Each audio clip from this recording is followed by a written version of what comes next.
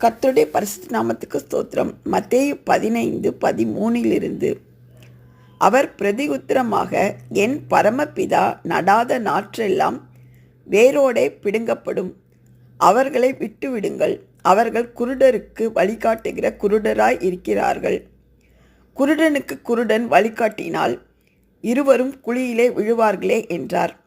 அப்பொழுது பேதுரு அவரை நோக்கி, எந்த உவமைகளை எங்களுக்கு வெளிப்படுத்த வேண்டும் என்றான்.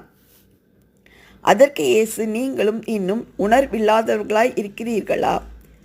வாய்க்குள்ளே போகிறதெல்லாம் வயிற்றில் சென்று ஆசன வழியாய் கழிந்து போம் என்பதை நீங்கள் இன்னும் அறியவில்லையா? வாயிலிருந்து புறப்படுகிறவைகள் இருதயத்திலிருந்து புறப்பட்டு வரும். அவைகளே மனுஷனை தீட்டுப்படுத்தும். ஆமேன்.